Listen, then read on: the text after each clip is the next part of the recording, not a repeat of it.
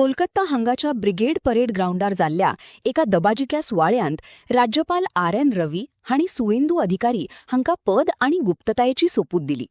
ह्या वेळार प्रधानमंत्री नरेंद्र मोदी, केंद्रीय मंत्री, एनडीए शासित राज्यांचे मुख्यमंत्री आणि भाजपाचे वरिष्ठ फुडारी उपस्थित आशिल्ले. প্রসাদ মুখার্জি যিনি ভারতের সংবিধান এবং ভারতবর্ষের অখণ্ডতার জন্য এই বাংলায় জন্মগ্রহণ করে নিজের প্রাণ দিয়েছিলেন, যাকে কাশ্মীরের জেলে রহস্যজনকভাবে কার্যত খুন করা হয়েছিল এবং তার সেই যাত্রার যিনি সহযোগী ছিলেন সেই মাখনলাল সরকার ৯৭ বছর বয়স হয়েছে তার, তিনিও আজকের দিনে আমাদের এখানে এসে উপস্থিত হয়েছেন।